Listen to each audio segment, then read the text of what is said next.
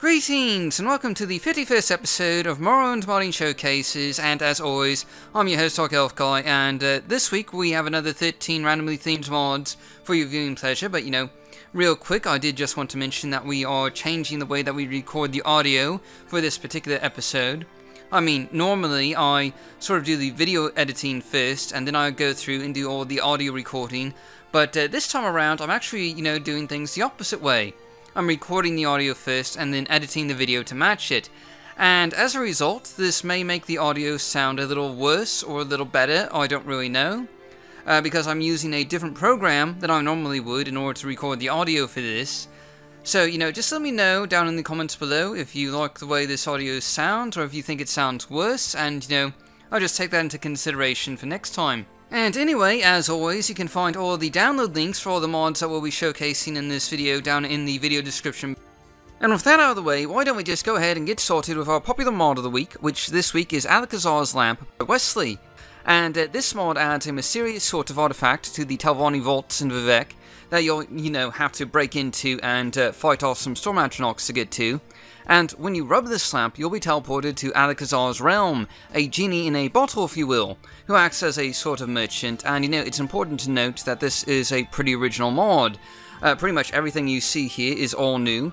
And you know, back in the day, Wesley was a pretty active asset modder, and this mod is sort of like the fruits of all of his years of making models, armors, weapons, and you know, other miscellaneous items. Many of which you can, of course, buy from the NPCs here, and there's dozens of new weapons, armors, clothing, and just an assortment of different objects for sale. And with such a wide variety of options available that you'll find, you know, plenty of cool new clothing and armor sets to decorate your character with, or, you know, just give them to a companion or the like. And not only is this a shopping and items mod, but Alakazar's Lamp is also, you know, kind of a portable housing mod as well, with a set of rooms that you can find beyond the main shop, each of which is done in a unique style, and in the case of the bedroom here, it's, you know, sort of an Arabic tent style, with a set of unique furniture and a large and cozy bed that you can use. And, you know, also quite conveniently, there's a display hall, including display cases and armor display mannequins. So you can go right from the shop to the display hall to show off all the new items that you've just purchased, all in the same place, and you don't even need to leave Alakazar's Lamp to really, you know, check this stuff out on a mannequin or, you know, something like that. And you may also find a fairly sizable pool and bathing area as well, which is, to my mind, one of the more beautiful rooms in this abode, with a marble pool, some open sky windows, and, you know, there's windows that are looking out to the gardens beyond the confines of this simple room. And, you know, something I should probably mention in this showcase is that Alakazar's Lamp was originally supposed to be a sort of early look at one of Wesley's, you know, big modding projects. Elseworlds is, I believe, what it was called. And I don't believe that mod was ever actually released, but Wesley may still be working on it. I'm not entirely sure. He is still active in the community, so that may well still be a mod that we'll see one day.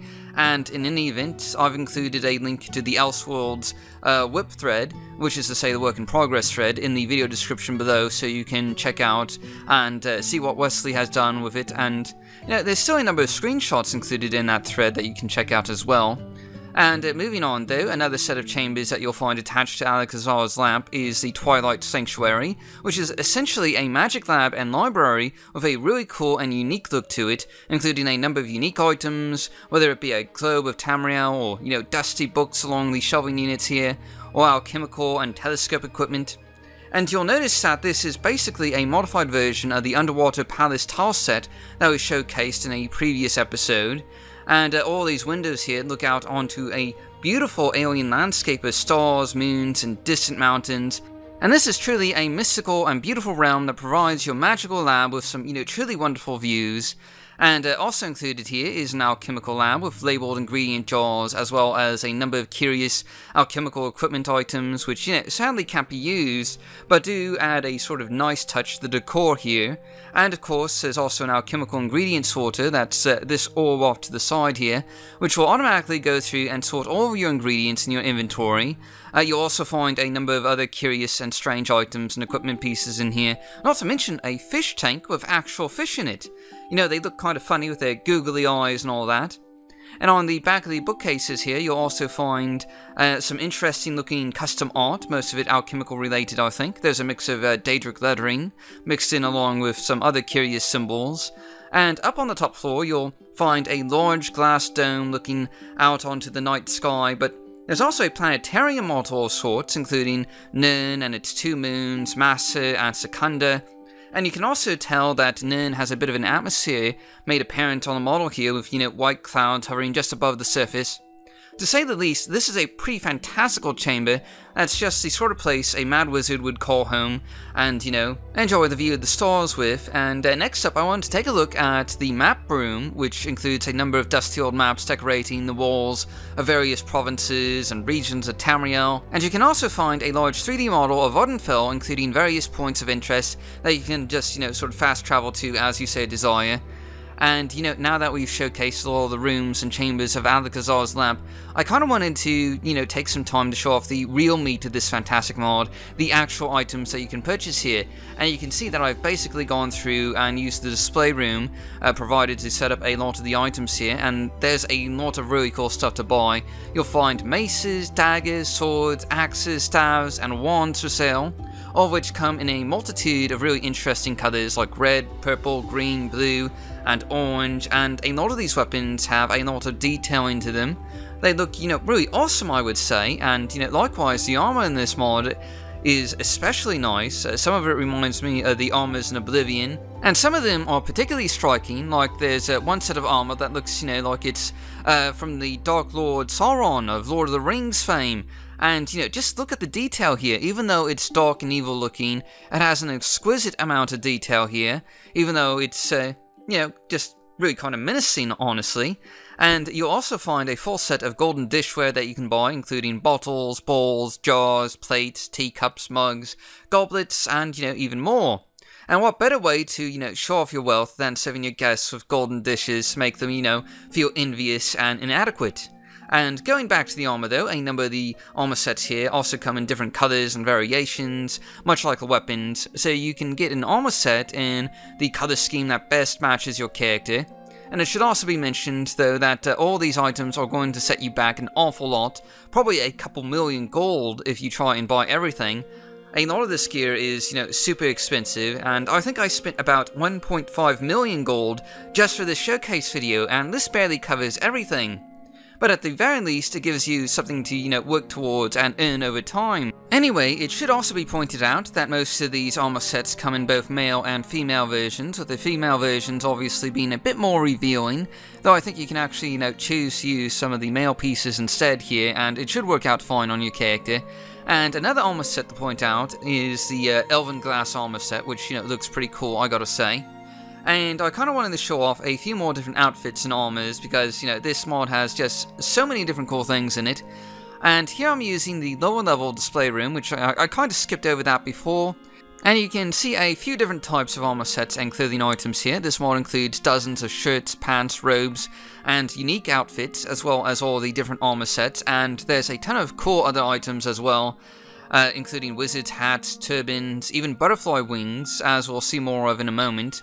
And I'm not sure if I mentioned it before, but there's a full range of armor sets, including obviously heavy armor sets, like a few of these full body armors that we've been taking a look at, as well as lighter armor sets, like those sort of amber and glass looking armors, and I believe there's also some medium armor sets to choose from as well. So every class of character is covered by this mod. And I also want to show off some different armor sets being worn by my actual character here. Such as this one, which, kind of reminds me of Oblivion's Elven armor set, just a little bit. It's got a lot of that sort of interesting Elven-like detail, and I'm also showing off one of the multicolored shields here as well. And you'll notice my character is actually wearing Fey wings. There's a couple dozen different types of Fey and butterfly wings to choose from, and they basically act as clothing and attach to your back. And to just sort of complete the set here, I've also got one of the new swords, which is, kind of gold-colored and matches this armor really well. And here's another armor set. This one is, kind of bluish, almost looks like glass or amber, and my character is also wearing another set of the Fey wings. This pair is, actually animated to look like it's, breathing naturally. And I'm also holding a magic staff as well, and again, the detailing here is just fantastic, and the different kinds of armor sets are certainly, colourful, and will definitely help make your character stand out in the lands of Morrowind. And finally, one last armor set that I wanted to show you guys before moving on to our next mod. This one is another blue armor set, only a bit more, sort of Legionnaire looking than the other one. And I also have another shield here, as well as a sort of rainbow coloured blade, and a set of butterfly wings. And there's just, so much variety in this mod, and they're all of such, excellent quality, that you could, play dress up with your character all day, and this is just one mod that you should definitely check out. But finally moving on, for our house mod of the week this week, we have Lone Mercenary Home by Alex Mercer 984. And this is a small Hlaalu-style cottage off in the Bitter Coast region between Sedanine and Hlaaud. And as you can see here, it's basically built right on the water, with a small docks and overhang, and there's a bit of clutter surrounding the property as well, but generally speaking it looks, kind of run down. And inside you'll find the house has been taken over by a 6-house dreamer. And as the exterior might have given you a hint about, this house is, kind of in a ruinous state, with, flipped over furniture, numerous ash statues, and, cobwebs dominating the corners. And downstairs you'll find a fairly large basement, though it's, incredibly cluttered, with what's basically one large hall that's been subdivided into separate rooms by walls and walls of crates. And it's really cool from an atmosphere standpoint. It really feels like this creepy abandoned house, though you'll find a few useful amenities here, like a hidden study with a table and bookshelf that you can use for displaying items, or a dining area, and obviously the house comes with a lot of storage, and it's certainly an interesting and unique home to check out. This week's gameplay mod of the week is Simple Alternate CharGen by @_Hator, and basically what this mod does is it allows you to choose where you start the game, and right after clicking a new game, and the little cutscene that follows, you'll see this option box where you can choose from 6 different towns to start in, or you could just start with the default CharGen option that lands you back at the ship. And after you make your selection, you go through a rather simplified version of the character generation process, picking your race, class, birth sign, attributes, gender, and all the stuff that you would normally do over a longer period of time with the vanilla character generation sort of startup sequence. And in addition to the alternate starting locations, this mod also really speeds up the character generation process. You won't be forced to go through the whole drawn out ordeal with the census office each time as usual. And based on the location that you choose, you'll just land at that town's docks or at the Siltstrider port, and you'll automatically have your papers in your inventory along with your starting 80 gold, and you'll have a journal entry about going to Balmora. And of course some starting locations may be a little more difficult than others, like Sadrith Mora, where they hate outsiders, or Outrun, which is in the hostile wastelands of the Ashland region. But at least you'll have the option on where to start out, and this is a fairly useful mod in that department. Next up we have our town mod of the week, and this week we have Immersive Sedanine by Dremora Lord 98. And essentially what this mod aims to do is simply sort of add more details and decorations to the small fishing village of Sedanine to sort of make it feel more lived in and a sort of organic town, rather than just a bunch of bland shacks that you just happen to start the game in. And as such, this isn't really a big expansion or anything like that, like the sort of thing that you might see with a bunch of the other Sedanine mods out there. No, instead of Immersive Sedanine, you'll find, simple things like piles of logs outside the cottages here that are, used for cooking fires, or, slightly expanded docks with rowboats and skiffs that are used for fishing, or lots of crates, barrels, baskets, sacks, and, other containers that are used in daily life, just strewn about along the sides of the streets and docks here. And indeed, there's quite a few, small fishing vessels around the village now, so there's, no doubt as to what the occupation is of most of the residents here. And this detailing even goes out to the lighthouse a bit, with, crates and barrels, not to mention some lanterns, adding a bit of clutter to the environment, and also helping to, light the way during the dark of night. And in the town centre, which, used to be pretty plain, you'll find more crates and barrels and the like, and, also benches where the townspeople can rest in between their errands. And again, there's more lanterns along the houses here, so things aren't quite so dark at night time as they were in vanilla Morrowind. which is, you know, kind of a big thing for a town like this. And there's even a small platform off to one side of these houses here with a table where someone can, you know, just take notes or something of that nature. And there's even a small well here on the edge of town with, you know, buckets and bottles that the villagers use to fill up. And, you know, that's, you know, sort of the kind of feature that was missing really in vanilla Seed and Lean, since it didn't have any apparent water sources in vanilla Morrowind. So it does kind of add to, you know, the immersion to have something as simple as a well for the villagers to use. And there's also a few streetlights along the roads outside of town, and you'll find that the Siltstrider port especially has been given a big overhaul, you know, with more lights, a sitting area for the poor caravanner here, as well as an overhang with a bedroll for those, you know, long nights of serving passengers, and there's just a lot of clutter and detail here as well.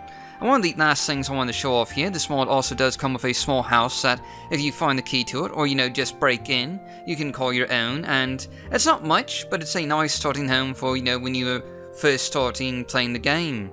For our items mod of the week this week, we have Heaven's Lookout compilation by Andy Guy, and what this mod does is you'll find a strange and peculiar ring atop one of the Balmora God Towers, and when you equip it, you'll be teleported to a curious island in the sky. And this is Heaven's Lookout, and it's, you know, basically a marketplace really with a fairly cool design. It sits atop a, you know, sort of floating plaza with various rocks and ice caps just, you know, flying around it. And there's a number of merchant tents here as well, along with some basic gardens and the like. And here you'll find a number of interesting looking NPCs that are all, you know, rather unique, with different armors and clothing styles than what you're, you know, accustomed to seeing in Morrowind. And there's also a bit of unique dialogue here for the NPC, you know, with a few new dialogue topics explaining this strange merchant's plaza. And of course, the NPC vendors here offer a wide variety of new items for sale, as you can sort of see here. And this includes a variety of new weapons, such as throwing stars, buster swords, long blades, as well as, you know, new clothing that's been designed with a bit more of a neo-tech, neo-goth, or, you know, neo-punk look. You know, the style that's all the rage in Japanese anime, especially, you know, science fiction anime. And another cool thing to point out about this mod is that a lot of these weapons do have, you know, weapon sheaths that can be purchased for a price. So, you know, you can actually have a weapon sheath that matches the weapon that you're actually carrying, instead of, you know, pulling a weapon out of nowhere as is, you know, the norm in vanilla Morrowind.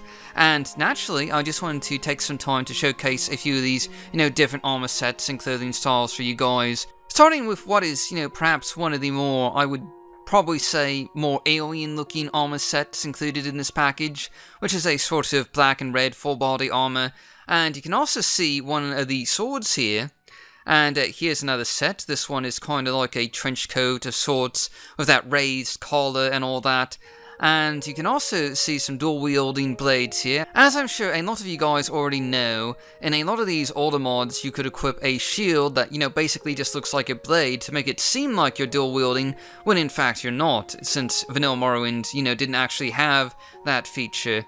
And here we have a sort of ninja outfit, but with a hilariously oversized sword that's, well, you know, certainly unique looking, though I'm pretty sure your enemies will see you coming from a mile away with such a large blade.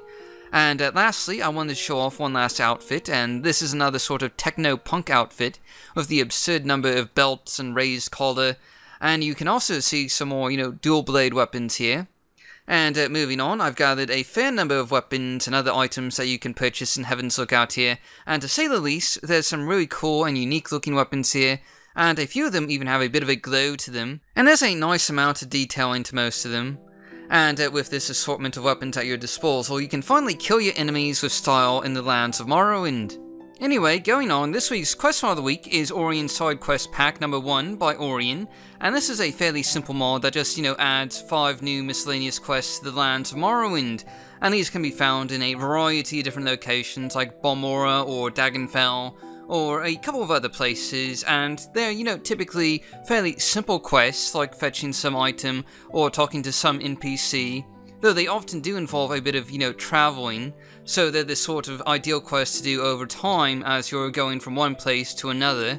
And these quests have, you know, fairly decent rewards, usually about 100 gold or so, And overall, they just, really blend in well with the vanilla version of the game. Nothing too lore-breaking or out of the ordinary, just a few fun little side quests to do in between adventures involving ordinary people. And I'm only doing about 2 side quests for the showcase here, so as not to, spoil anything. But you'll find, fairly comprehensive journal entries and useful quest names included here as well, and overall this is just a fairly immersive quest mod to check out. Next up we have our Landmass Mod of the week, which this week is the Doors of Oblivion by Ashtar, and this is going to be a pretty long showcase to be honest, so just, bear with me here. The Doors of Oblivion is, quite frankly, a pretty massive mod that seeks to add the Realms of Oblivion as places that you can, actually visit in Morrowind. You'll find an amulet in Telfry's Tower, and if you're having trouble, finding it, I know a lot of people are, just please see the video description below for a location, and anyway, you'll be teleported to the realm of Clavicus Vile, a bright and sunny plain of islands sitting in an endless sea, populated by curious Daedric ruins, an assortment of strange-looking flora, and, numerous demonic sort of appearing inhabitants. This realm is perhaps the most similar to Morrowind in terms of landscapes, with giant mushrooms and Daedric ruins providing a sort of, familiar backdrop similar to what you might find on Vvardenfell. And it is a rather lovely landscape as well, with lots of, small ponds, creeks, arching bridges, flowering gardens, and more to provide a scenic area to explore. And in this first realm, while you'll see a ton of, strange-looking creatures, none of them, at least from what I can tell, will attack you or harass you without due cause. Some of the other realms of Oblivion are decidedly, more dangerous, and you'll find doors to several of them all over the place. Clavicus Vile's realm is, kind of a hub realm where you can find access to pretty much everywhere. And sort of acting as the capstone of Vile's realm here is this large Daedric-style fortress, which, kind of just jumps out of this mountain landscape here. And there's a lot of cool features to take in here, from, the flying rocks that surround the fortress, to the views of Vile's realm, and the surprising lack of, flying cities that capture souls and kill everyone. Which, hopefully isn't a spoiler for those of you who, haven't read the Elder Scrolls novel books yet. And anyway, you can actually meet a lot of the Daedric Lords and Princes of Oblivion in this mod, though only some of them appear to offer quests and the like, but they pretty much all have, at least some unique dialogue. Now, something that's worth pointing out here, the Doors of Oblivion basically acts as an expansion to Morrowind, including tons of new items such as, new alchemical ingredients, and you can find all sorts of container plants throughout the Realms of Oblivion with new ingredients, with new alchemical properties just waiting to be found, and, brewed into potions, and there's a lot of stuff like that, from, new loot, weapons, armor, books, and more throughout the Realms of Oblivion, which to my mind is just a really cool feature of this mod, and, sort of makes it, feel more like a proper expansion. And there's a ton of cool interiors to be discovered in these realms as well, like the feasting halls of Clavicus Vile, where you'll find gluttonous NPCs just waiting for savory new flavors to come up from the kitchen, and of course many of them offer new dialogue topics as well about the realm that they're living in, and there's a ton of interesting decorations here as well. And not only that, but the Doors of Oblivion also includes dozens of new books, most of them about the Realms of Oblivion, for you to find on your adventures, which is, always something that, as a book nerd, I always really appreciate when a mod adds that sort of thing, because I really enjoy reading books, and likewise, you also find a ton of miscellaneous quests to do, given by a variety of NPCs in these realms, like you can, sort of see here. And just moving on to another realm of Oblivion, this one is, I believe, Meridia's realm, and I'm only going to be showing off about 3 different realms in this showcase, but there's at least 6 different realms of Oblivion in this mod that I've, seen for myself, and there might be as many as 12 realms of Oblivion included here. Like I said before, it truly is a massive mod, and as you might expect, each realm is unique with different environments, ruins, towers, villages, and landscapes, each of which is, kind of characteristic of the Daedric prince that lives there. And, this mod really kind of, came out of nowhere. As far as I know, there weren't any work-in-progress threads posted anywhere before this mod was released, or really very many screenshots posted before it just, appeared on the Nexus one day, which is really kind of surprising for a mod of this scale. I mean, it basically came out of nowhere without any warning, and you just don't really see that very often, but it is a very pleasant surprise. Moving on, I wanted to show off a few more interiors here because there's a ton of, just really cool looking places to visit in Doors of Oblivion, and pretty much all of them have been made using new assets, so, everything you see here will be new and unfamiliar, which is always, kinda exciting. And I'm not sure, but Ashtar may have made a fair number of these assets, but I believe a few of them also come from, some critically underused modders resources. I mean, after 14 years, Morrowind does have, quite the large array of modders resources available, but many of them are almost criminally underused. So it's nice to see a lot of this stuff, given a practical purpose in a large-scale mod such as this, and as you might expect with a mod that adds so much new stuff, you'll also find a number of merchants and NPC vendors that can sell you some of these new items, such as weapons or armor or potions, books and scrolls, and a few of them even have some more, miscellaneous quests for you to do, should you so desire. And I know I've been focusing a lot on this, but you've really just got to appreciate all this new architecture, furnishings, bookshelves, containers, pots, and other miscellaneous items that can be found in all these interiors. It really, makes exploring these new realms worthwhile. And real quick, here you can see the Palace Chambers of Meridia, the Daedric Prince of Infinite Energies, which can be made apparent by the number of electric ball things decorating her palace, or the interesting hollow beam projection thing going on here. And of course, as I know some of you are probably wondering, you can visit the realms of the Shivering Isles in this mod, with the Mad Lord Sheogorath's personal manservant Haskell there to personally greet you when you first arrive. And even in this, first chamber, you can see that this realm is divided between Mania and Dementia, with, Dark Seducers on one side and Golden Saints on the other.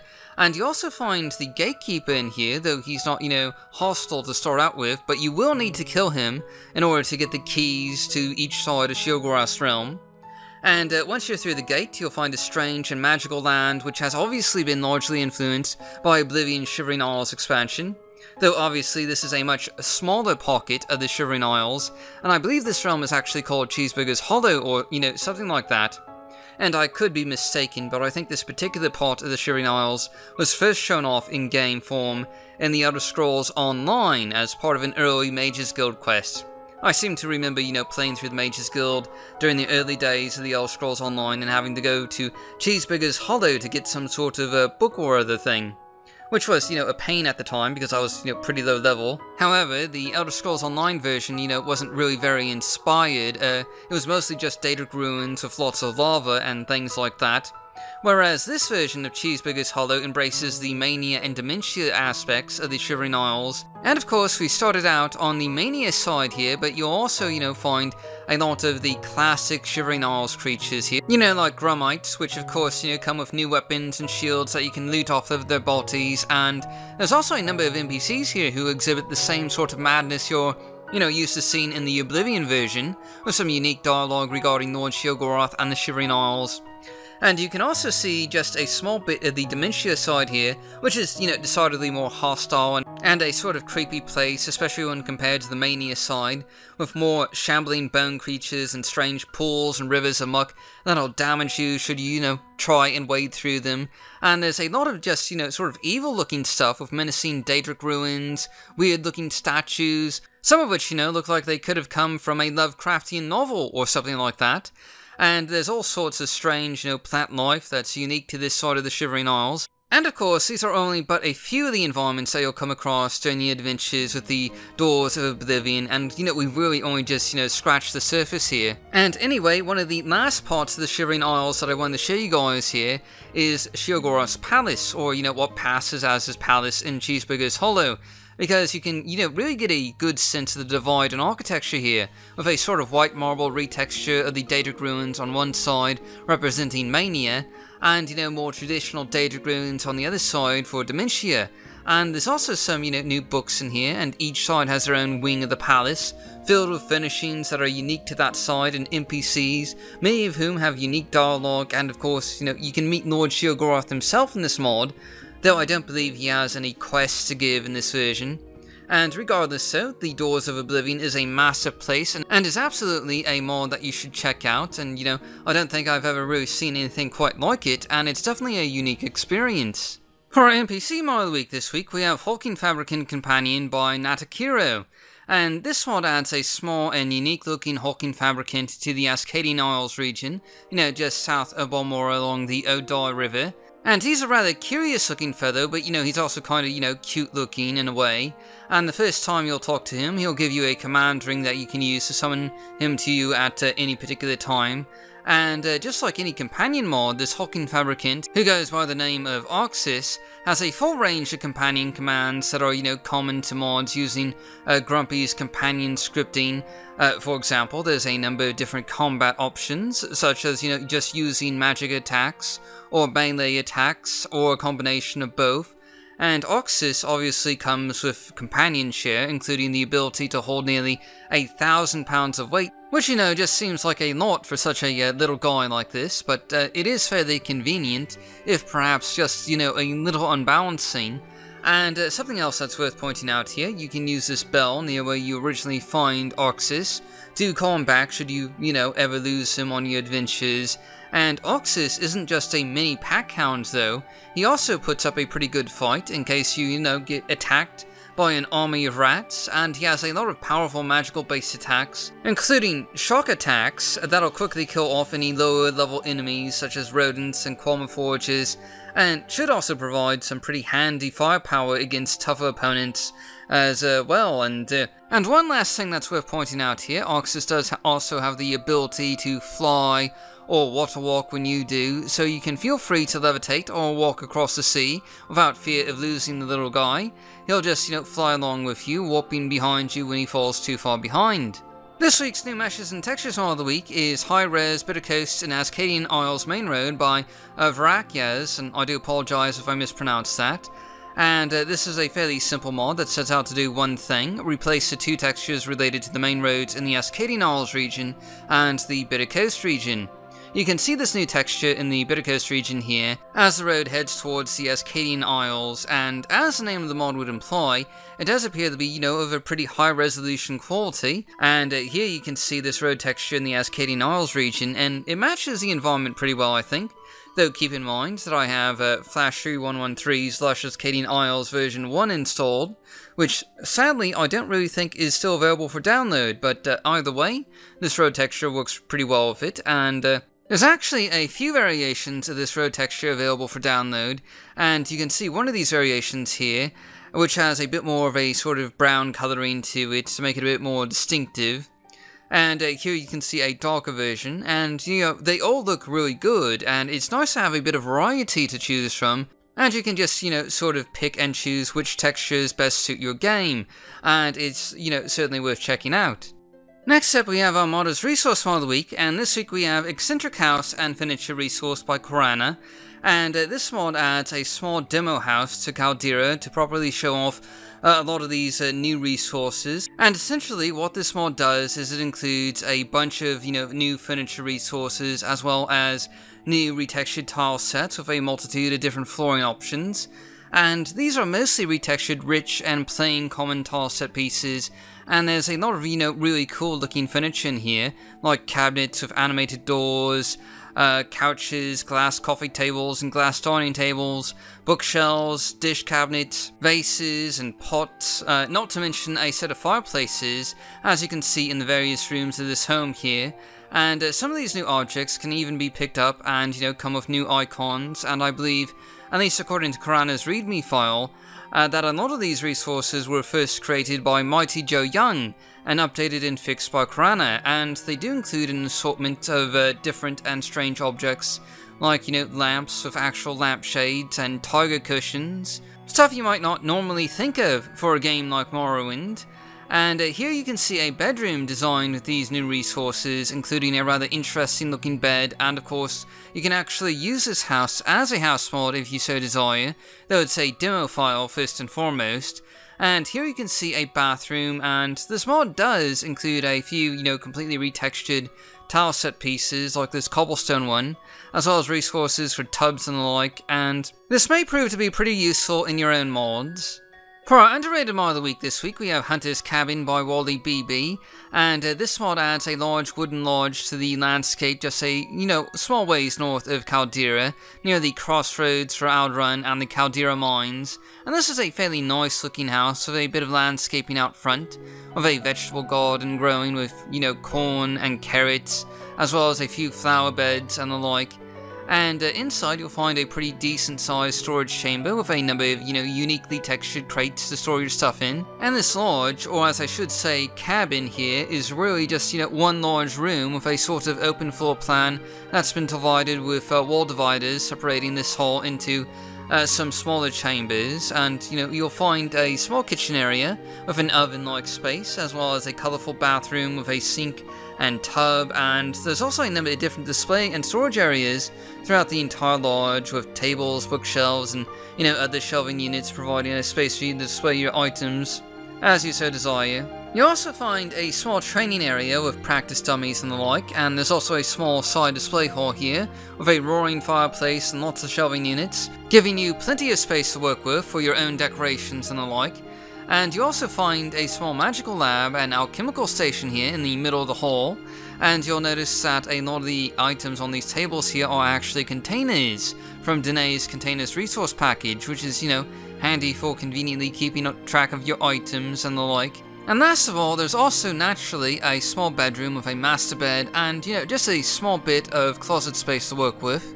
This week's Blast from the Past mod of the week is Private Tower Balmora by HB, and this mod, basically at first does what it says it does.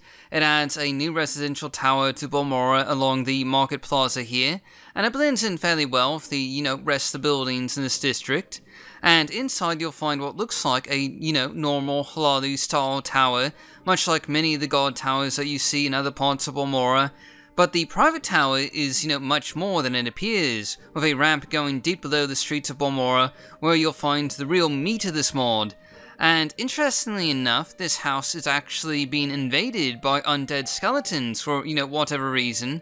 And once you kill this fellow here, you'll get a journal entry starting you on an epic quest. But, before we get to all that, this is also a house mod, and, you can see the commons area here, with a bar and serving area, plus, some ovens for a bit of a kitchen, and there's a small dining area.